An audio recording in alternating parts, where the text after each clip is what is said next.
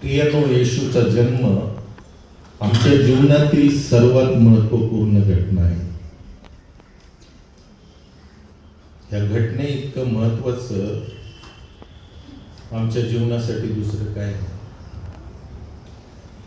जर प्रभू येशू ख्रिस्त 2025 वर्षापूर्वी या जगामध्ये आला नसता तर आज आमचं जीवन कोठे कसं किती भयंकर झालं असते याची आम्ही कल्पना करू शकत नाही.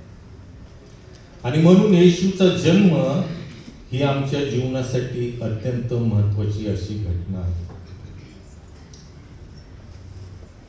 येशूच्या जन्मासारखा या भूतलावर कोणाचाही जन्म झाला नाही. यशाया 9:6 मध्ये म्हटलेला आहे त्याचा जन्म अद्भुत आहे. त्याच्यासारखा या भूतलावरती कोणी जन्म घेतला नाही,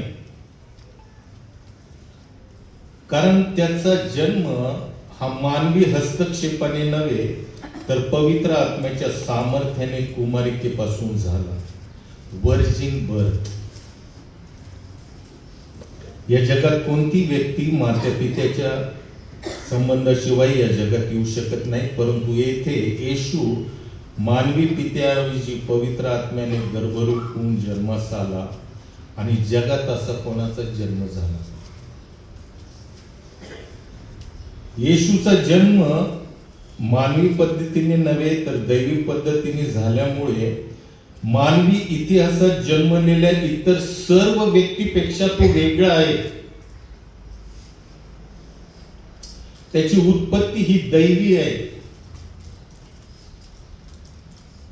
तिसरी गोष्ट, अशा प्रकारे जन्म झाल्यामुळे येशूला मूळ पापापासून जन्म घेता आला, कारण तो आदामामध्ये नव्हता जो मानवतेच्या पापासाठी मरणारा पापरहित तारणहार बनण्यासाठी त्याच्यासाठी आवश्यक होता.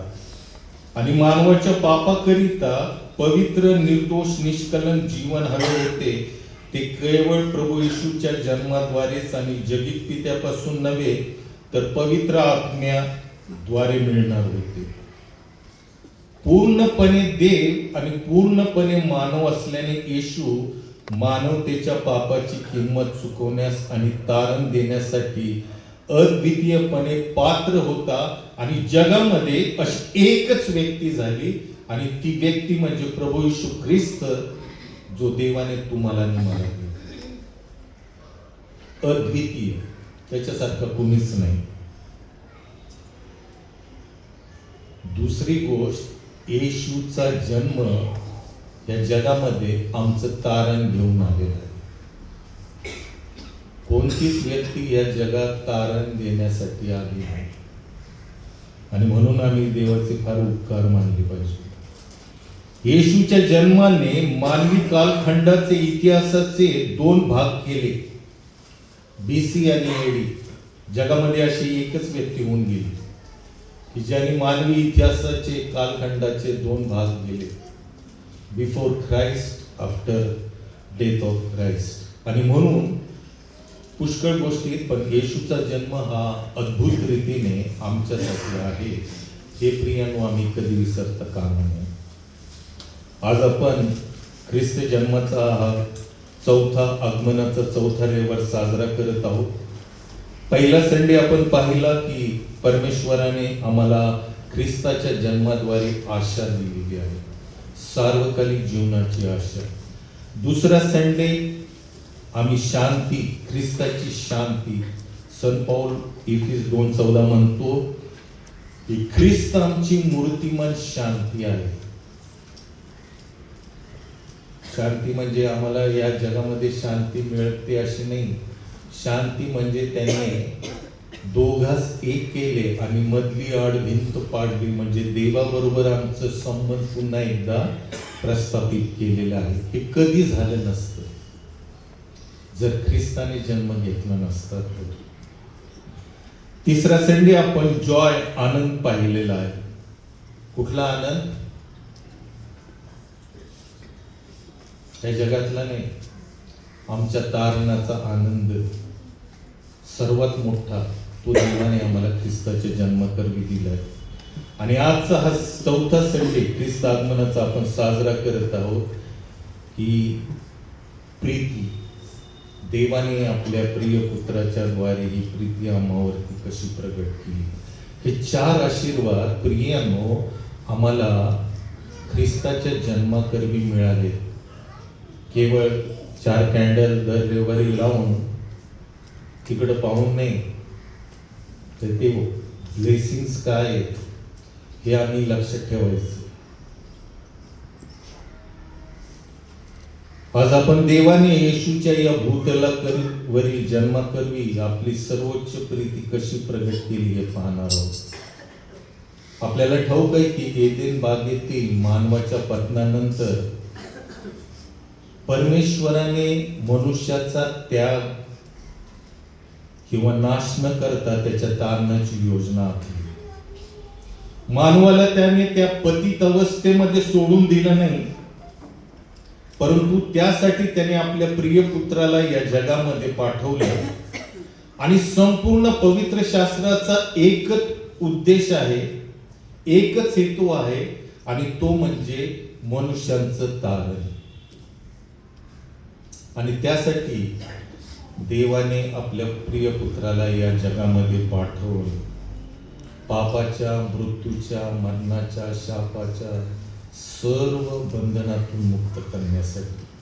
आणि म्हणून प्रियांनो, ख्रिसमस, ख्रिस्ताचा जन्म हा आमच्यासाठी आनंदाचा सण असला तरी आम्ही तो आमच्यासाठी फार मोठा आशीर्वादाचा ही घटना आहे, हा प्रसंग आहे, हे दिवस आहे, ते आम्ही विसरत कामा. आम्ही आनंद साजरा करत असताना देवाने आम्हाला त्या प्रिय पुत्राच्या द्वारे जे आशीर्वाद दिलेले आहेत त्या आशीर्वादाकडे तुमचं लक्ष जाऊ द्या. हा आनंद फक्त डिसेंबर महिन्यापर्यंत राहील, पण ते जे आशीर्वाद कळाले तर तुम्ही पुढे संपूर्ण जीवन तुमचं बदलून जाईल. आणि म्हणून ख्रिस्ताचा जन्म केवळ आनंद साजरा करण्यासाठी नव्हे, तर आम्ही देवाची उपकार स्तुती करण्यासाठी आणि त्याला धन्यवाद देऊन त्याचं गौरव करण्यासाठी आहे. संपूर्ण सृष्टीचा निर्माण करता देव, ज्याच्या केवळ शब्दाने हे जग सृष्टीतील प्रत्येक गोष्टीची निर्मिती झाली, ज्याला आरंभ व शेवट नाही, जो सर्व समर्थ, सर्व सत्ताधारी, सर्वव्यापी, सनातन असा सदा सर्व काळ जिवंत असणारा परमेश्वर, ज्याला मरण ठाऊक नाही, तो या पृथ्वीवर मनुष्यांच्या पापाबद्दल मरण्यासाठी जन्म घेतो. ही देवाने मनुष्यावर केलेली सर्वोच्च प्रीती आहे. देवाने आमच्यावर कशी प्रीती केली?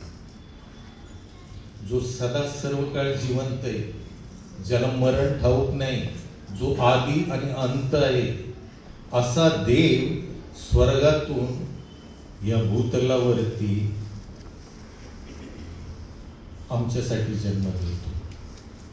जगामध्ये सर्व जगण्यासाठी येतात, आमचा प्रभू आमच्यासाठी मरण्यासाठी आलाय. किती अद्भुत आहे ना. म्हणून मी म्हटलं की त्याचं नाव फार अद्भुत आहे. शब्द देही झाला, योहान लिहितो पहिल्या अध्यायामध्ये. शब्द जो देव होता, जो देवासह आणि जो देव आहे तो देही झाला आणि त्याने आम्हामध्ये वस्ती केली आणि आम्ही त्याचे गौरव पाहिले, असे योहान लिहितो. फार सिंपल वाक्य, देव देह झाला, नाही का? पण ह्या शब्दामध्ये संपूर्ण पृथ्वी उलती पालती होईल इतकी त्याच्यामध्ये अद्भुत घटना आहे, इतकं सामर्थ्य. देव देह झाला, येशूने जन्म घेतला. फार लाईटली आम्ही घेतले, साधे वचन वाटतं मला, पण खूप अर्थ आहे. देव आत्मा आहे आणि मानव कशाचा आहे? मातीचा. देव माती झाला आमच्यासाठी. काय प्रीती! कधी विचार केलाय? देवाने मातीचं रूप आमच्यासाठी धारण करावं, पृथ्वीवरती येऊन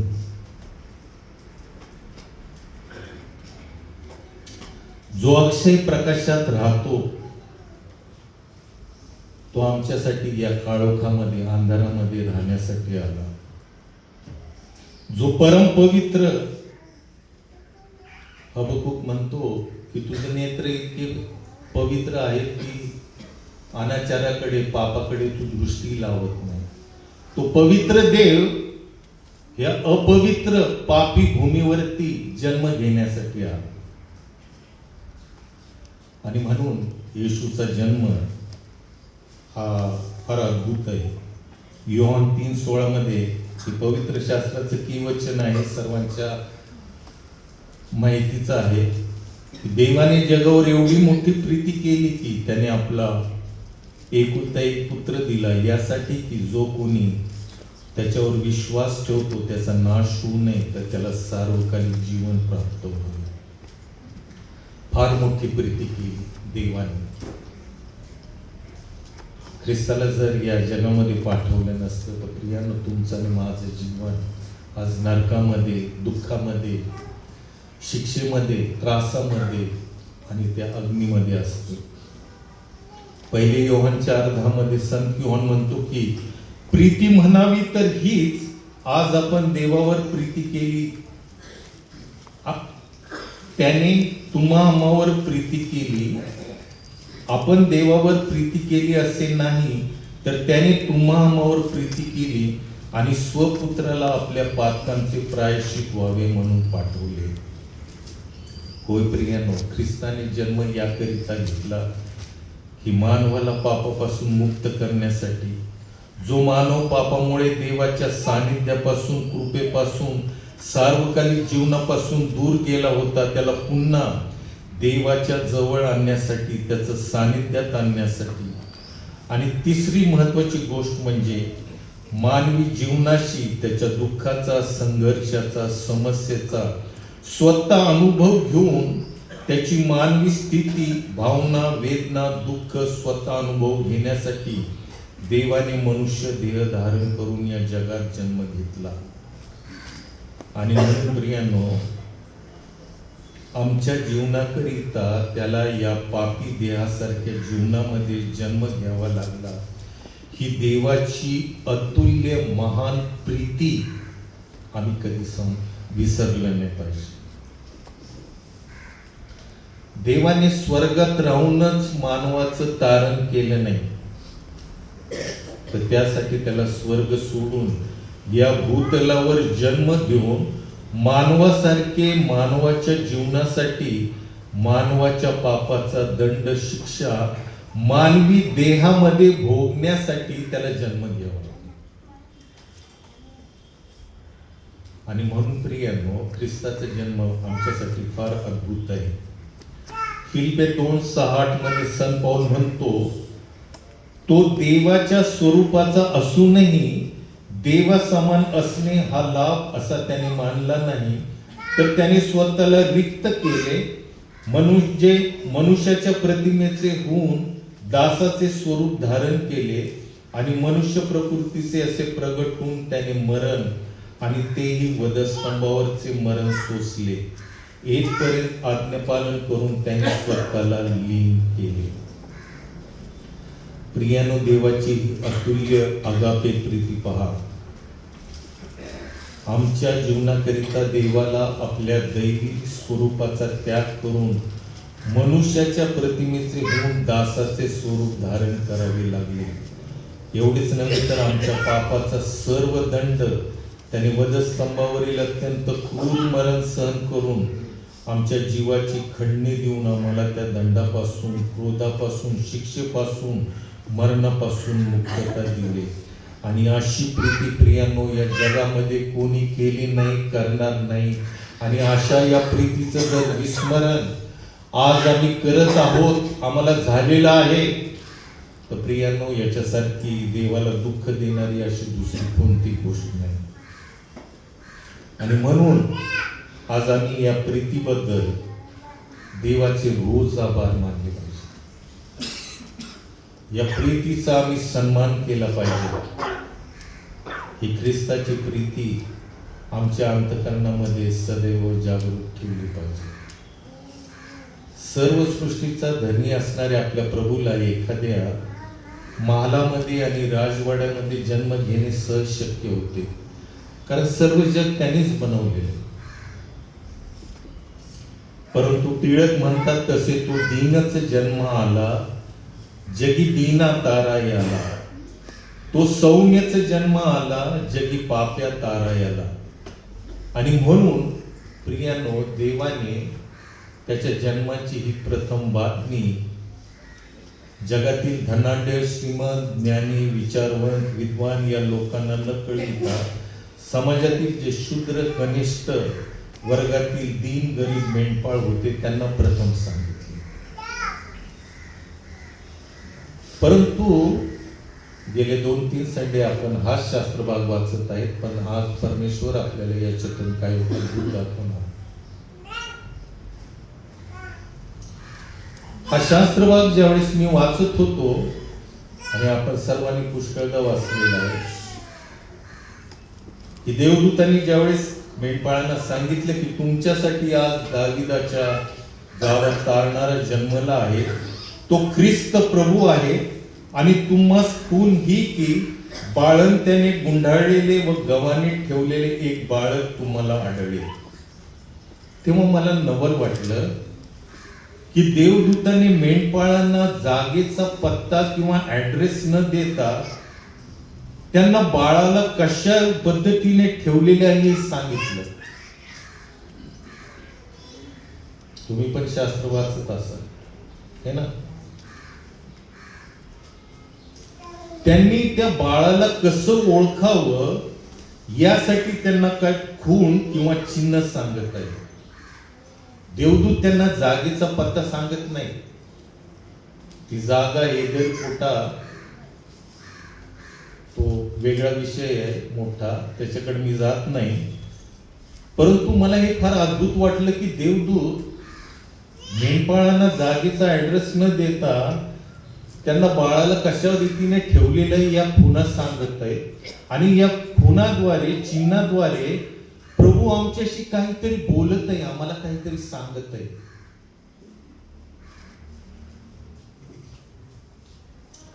देवदूतांनी या 2च खुणा मेंढपाळांना का सांगितल्या, ज्याद्वारे मेंढपाळ त्या जागेवरती बरोबर बाळाच्या जन्म ठिकाणापर्यंत कसं पोहोचले. मागी लोकांनाही देवाने आकाशातील तारा ही खून दिली होती, चिन्ह दिले. तुम्हाला आणि मला पण देव चिन्हाद्वारे सदैव आमच्या बरोबर ती आम्हाला गाईड करत असतो. मेंढपाळांना या 2 खुणा दिल्या, आणि या दोघांनी, मागी लोकांनी आणि मेंढपाळांनी, त्या खुणाच्या आधारे बरोबर ते येशू बाळाची भेट घेतली. आम्ही त्या खुणाकडेच दुर्लक्ष केले, आणि म्हणून दुःखाची गोष्टी आमची आणि ख्रिस्ताची अजूनही ओळख झाली.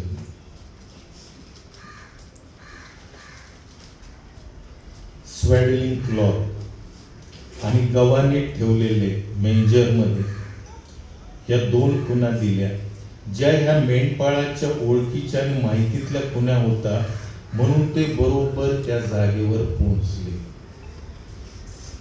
आज आम्ही या खुणाकडे दुर्लक्ष केले, आणि म्हणून आम्ही ख्रिस्ताच्या पर्यंत पोहोचलेलो नाही.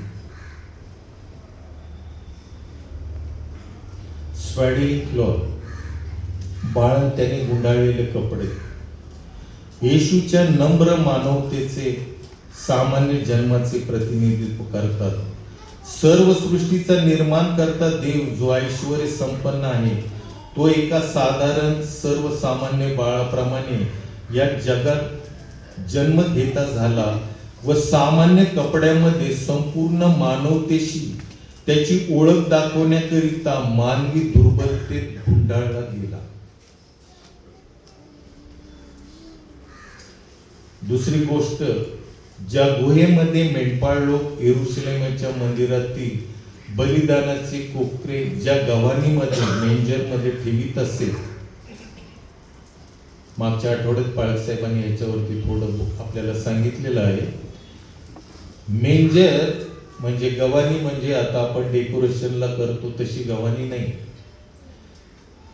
1.5 बाय 1.5 किंवा 2 बाय 2चा एका मोठ्या दगडामध्ये खोदलेला खड्डा किंवा खळगा, त्याच्यामध्ये मेंढपाळ लोक नुकत्याच जन्मलेल्या कोकराला सुरक्षित ठेवीत असत आणि थंडीपासून त्यांचा बचाव व्हावा त्या कोकरांचा, यासाठी ज्या कपड्यांनी त्याला गुंडाळून ठेवत असत त्याला स्वॅडलिंग क्लॉथ म्हटले. ही कोकरं ते येरुशलेमच्या मंदिरासाठी अर्पणासाठी जात होती, त्याच्यामुळे त्यांची विशेष काळजी घ्यायची. आणि शास्त्र बघ आम्हाला सांगतो की आणि तिला तिचा प्रथम पुत्र झाला, त्याला तिने बाळंत्यात गुंडाळून गव्हाणीत ठेवले, कारण त्यांना उतार शाळेत जागा नव्हती. देवाने उतार शाळेत योसेफ आणि मरियेला मुद्दामून जागा मिळू दिली नाही, कारण त्याच्या पुत्राचा जन्म त्या गव्हाणीत व्हावा ही देवाची इच्छा होती.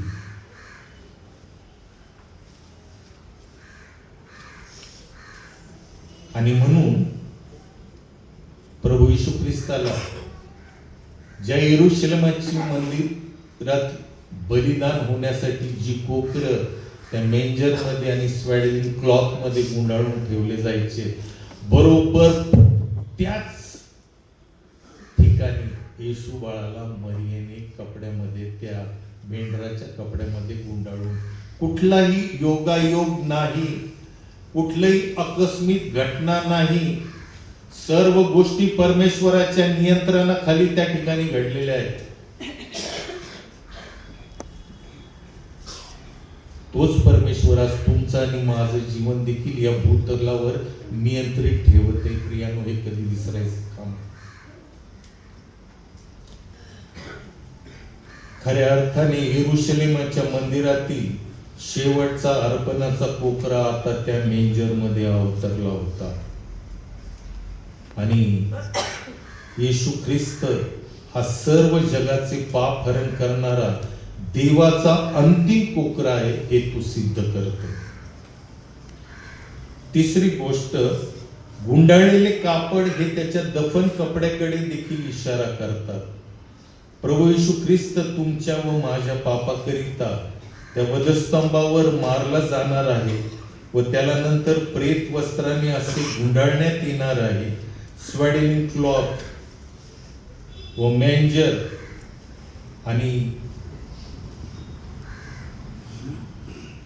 दगडाची गव्हाणी, गवताची नाही, दगडाच्या गव्हाणीमध्ये त्यांनी जन्म घेतला आणि नंतर मेल्यानंतर प्रेत वस्त्राने गुंडाळून त्याला खडकामध्ये त्या मेंजरमध्ये ठेवले, कबरेमध्ये.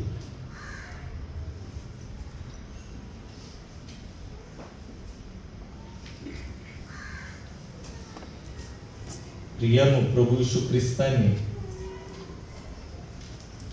अशा प्रकारे जन्म घेऊन तो एका कमकुवत सामान्य बाळकाच्या रूपात जगात प्रवेश करताना दाखवतात, त्याच वेळी मानवतेच्या पापासाठी अंतिम बलिदान म्हणून त्याची दैवी ओळखही प्रगट करतात. आणि म्हणून प्रियानो, ह्या ज्या खुणा आहेत दोन,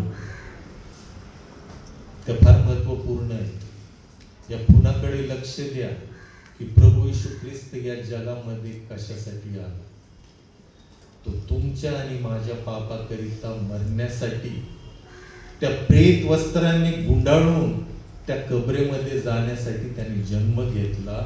आणि ह्याचं दर्शक, ह्याचं चित्र या दगडाच्या गव्हाणीमध्ये आणि बाळंत्याने गुंडाळलेल्या कपड्यामध्ये आहे, हे आम्ही विसरता कामा नये. आणि म्हणून प्रियानो, देवाने मेंढपाळांना येशूच्या जन्मस्थानाचे ठिकाण न सांगता त्याला ओळखण्यासाठी ह्या ज्या दोन खुणा सांगितल्या त्या फार अर्थपूर्ण व महत्वपूर्ण आहेत. ह्या खुणा येशू कोठे व कसा जन्मास आला यापेक्षा येशू या जगात कशासाठी जन्मास आला हे आम्हाला प्रगट करतात. येशू या जगात कुठे कसा जन्मास आला यापेक्षा तो कशासाठी आला ह्या दोन खुणा प्रगट करतात. आणि आपल्याला माहिती की देवदूतांनी मेंढपाळांना या दोन खुणा सांगितल्यानंतर त्यांनी आपले कळप सोडून दिले, ते घाईघाईने गेले, त्या बाळाचे दर्शन घेऊन देवाचे गौरव स्तुती करत परत गेले असे शास्त्र आम्हाला सांगते. कारण त्या मेंढपाळांना त्या बाळाचे महत्व, त्या बाळाच्या जन्माचा उद्देश बरोबर समजला होता. आज आम्ही विचार करूया, आम्ही जे जन्मापासूनचे ख्रिस्ती आहोत, आम्हाला ख्रिस्ताबद्दल सर्व माहिती आहे. आजपर्यंत पुष्कळ ख्रिसमस आम्ही साजरे केले, पण खरोखर त्या बाळाची भेट आम्ही घेतलेली आहे का? त्या बाळाचं दर्शन आम्हाला झालेलं आहे का?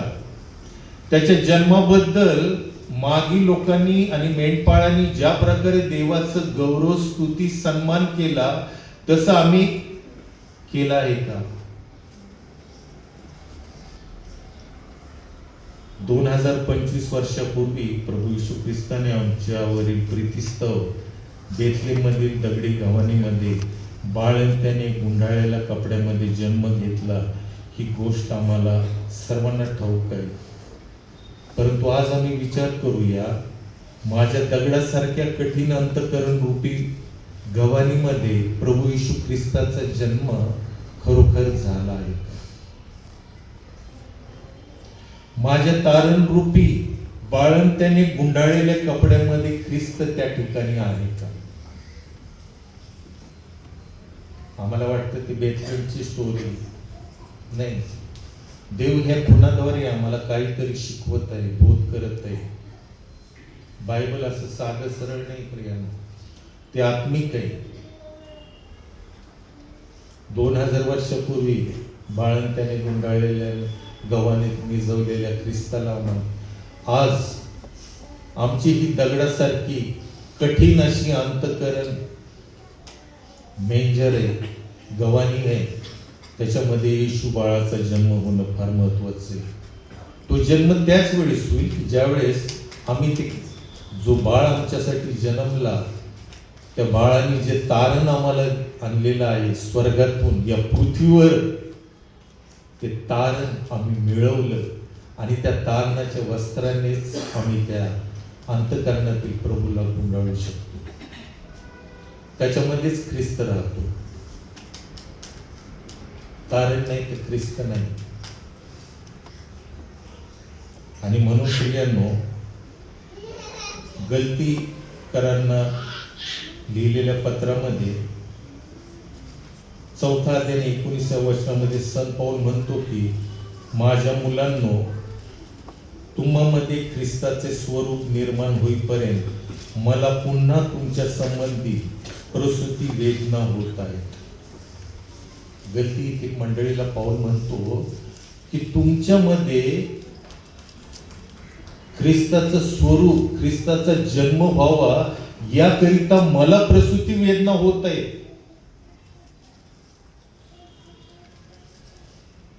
किती महत्वपूर्ण गोष्ट आहे. पौल लिहितो प्रसूती वेदना किती कठीण आहे हे आपल्या सर्व मातांना, बहिणींना ठाऊक आहे. आणि म्हणून प्रियांनो,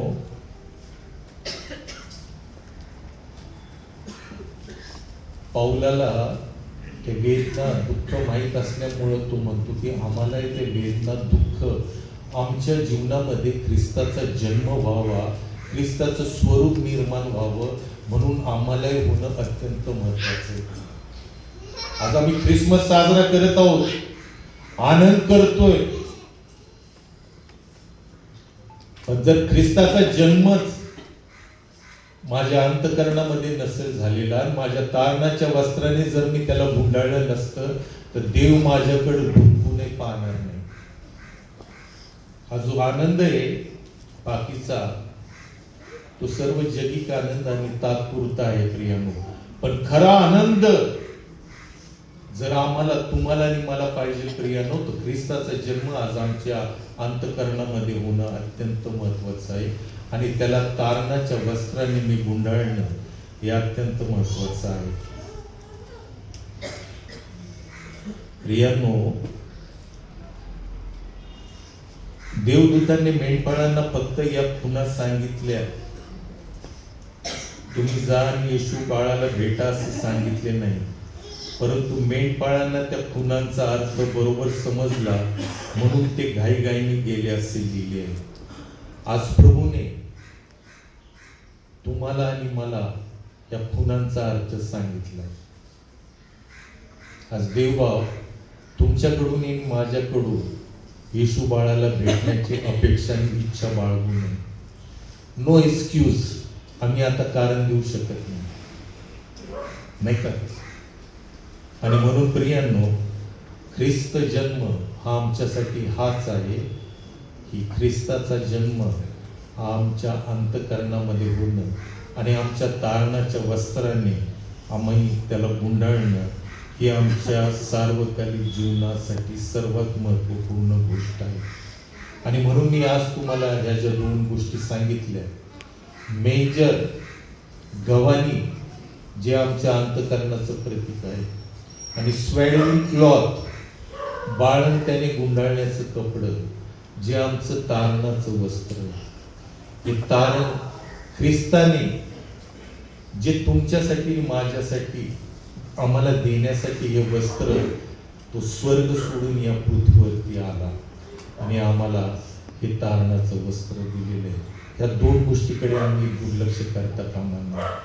आज वाईट वाटतं, संपूर्ण जग ख्रिस्त जन्माचा आनंद साजरा करत आहे. तो केला पाहिजे, नो डाऊट, कारण आमच्या जीवनासाठी सर्वात महत्वपूर्ण घटना आहे.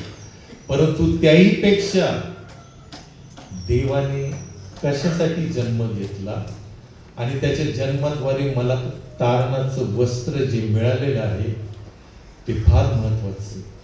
हे वस्त्र नसल, मेजवानीच्या दृष्टांतामध्ये बघितलं आणि तो राजा जो तारणाचं वस्त्र घेऊन त्या लग्नाच्या मेजवानीमध्ये एक व्यक्ती येते आणि प्रभू त्याला म्हणतो की तुझा लग्नाचा पोशाख कुठे आहे, त्याला बाहेर काढा आणि बाहेर अंधारात टाका, असं तो राजा म्हणतो. आज आमच्याकडे जर ते तारणाचं वस्त्र नसेल तर तुमच्यासाठी आणि माझ्यासाठी हा ख्रिस्त जन्मदिवस आशीर्वादाचा होणार नाही. देव बाप करो आणि हे वचन आमच्यासाठी आशीर्वाद. थँक्यू.